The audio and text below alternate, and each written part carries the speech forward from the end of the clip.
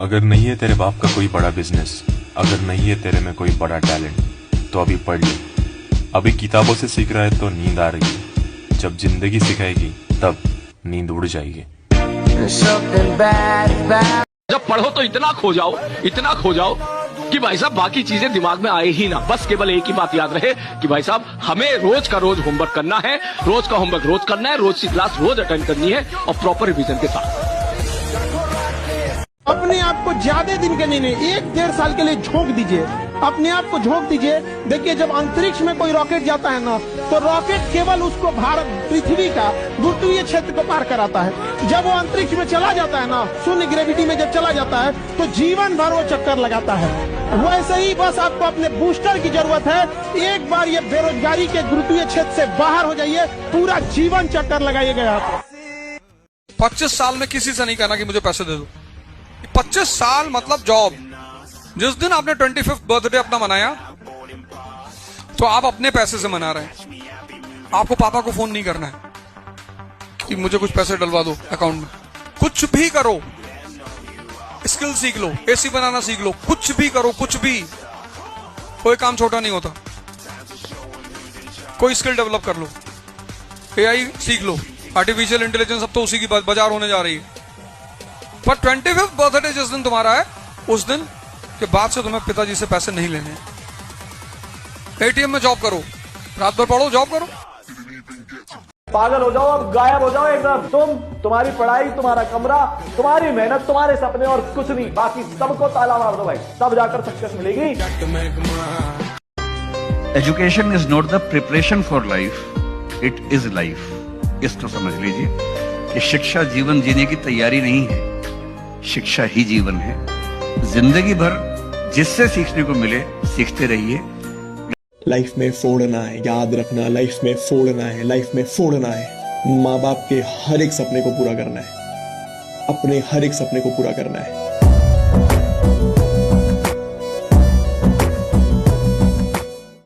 इन माथों की लकीरों को बदलने के लिए ना किस्मत का काम नहीं होता, मेहनत का काम होता है। जिंदगी के 3-4 साल आपको घिस के मेहनत करनी होगी। इतनी मेहनत करोगे ना, इतनी मेहनत करो ना कि आपकी हाथों की लकीरें बदल जाएं, आपकी माथे की लकीर बदल जाए बेटा।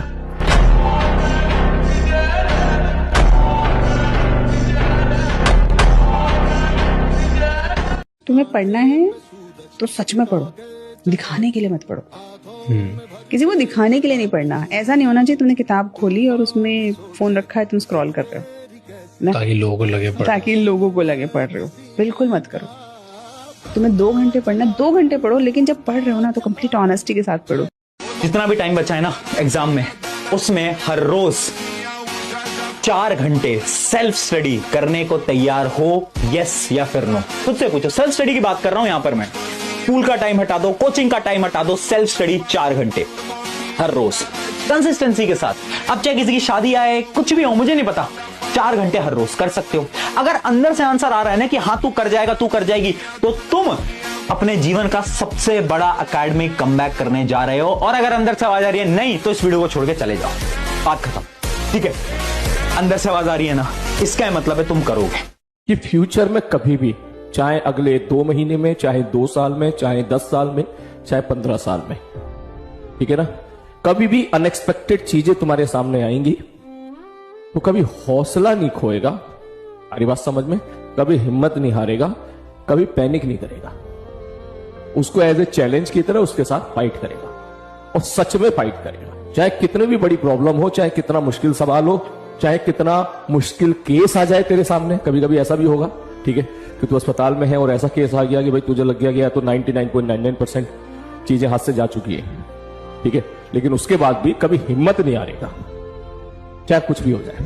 प्रॉमिस नहीं चाहिए, कसम चाहिए मेरे को।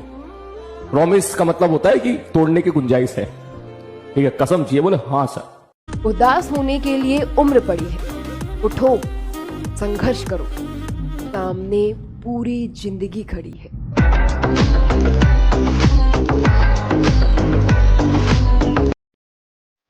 और मैं एक बात अक्सर कहता हूँ, आखिरी बार आपसे वही कह रहा हूँ कि अगर अपने जीवन को एक ठीक दिशा देनी है तो सिर्फ एक काम कीजिए।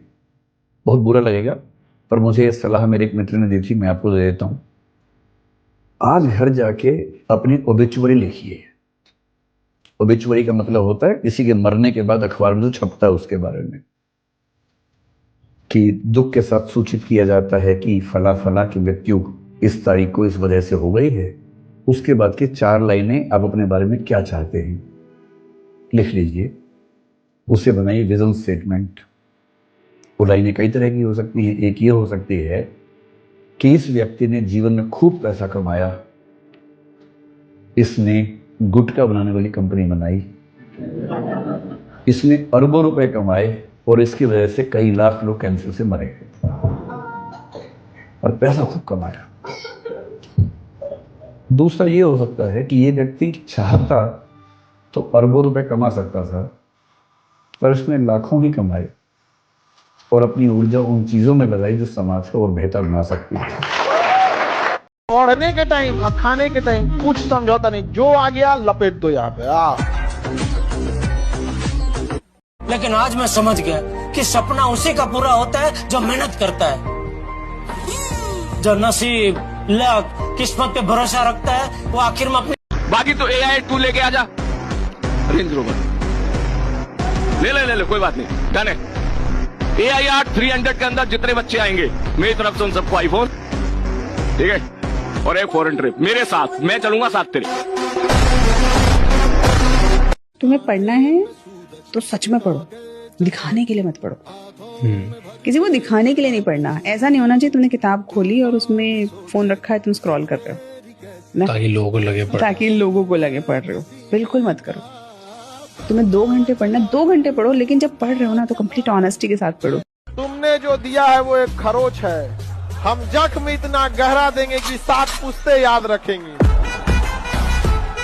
बस मैं बार बार यही बोलता हूँ कि मेरे बच्चों, कभी आप हार नहीं मानना। मेरा जेई का एग्जाम नहीं निकला, मेरा नीट का एग्जाम नहीं निकला, मैं बार बार ये बताता हूँ। यहाँ अगर किसी को नहीं पता तो मैं बता दूं, मैंने सिर्फ 12th पास किया है आज तक लाइफ में, उसके बाद कुछ नहीं किया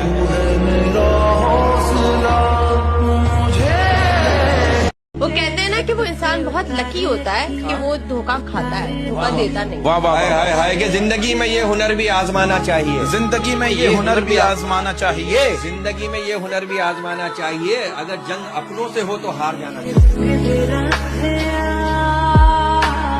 अब गायब होना पड़ेगा, पागल होना पड़ेगा। आज से ना दोस्ती यारी खत्म, प्यार मोहब्बत में टाइम वेस्ट खत्म, ये स्क्रोलिंग गेमिंग में टाइम वेस्ट खत्म। सिर्फ एक पागलपन और एक जुनून वाला फोकस जिंदगी के रंग बदलेंगे। असफलता का कारण बाधा नहीं, प्रयासों की कमी। प्रयास कीजिए, फिर देखिए आप जो लक्ष्य चाहेंगे वो मिल जाएगा। अगले 70 दिन के लिए आप बस एक काम करो। सबसे पहला, जितने भी चीजें जो आपके ग्रोथ को रोक रही हैं उन सबको ना बोलो। कैसे, क्या क्या? जैसे 2 डिस्ट्रैक्शंस होते हैं, एक एक्सटर्नल डिस्ट्रैक्शन होता है और एक इंटरनल डिस्ट्रैक्शन होता है। एक्सटर्नल डिस्ट्रैक्शन में जैसे मोबाइल फोन हो गया, नोटिफिकेशन, फैमिली, फ्रेंड्स, फलाना ढिमकाना, ये सब इंटरप्शन। अरे चिंटू जाके जरा धनिया ले आ, अरे बेटा जरा नीचे उतर के दूध ले आ, ये सब चीजें डिस्ट्रैक्शन है, इनको काटिए। आखिरी के 50-60-70 दिन बच रहे हैं, ज्यादा बचा नहीं है, तो इतने में तो हर हाल में आपको डिस्ट्रैक्शन काट देना चाहिए, चाहे जिसको बुरा लगे, नहीं फर्क नहीं पड़ना चाहिए। सुना है ना, जो मुश्किल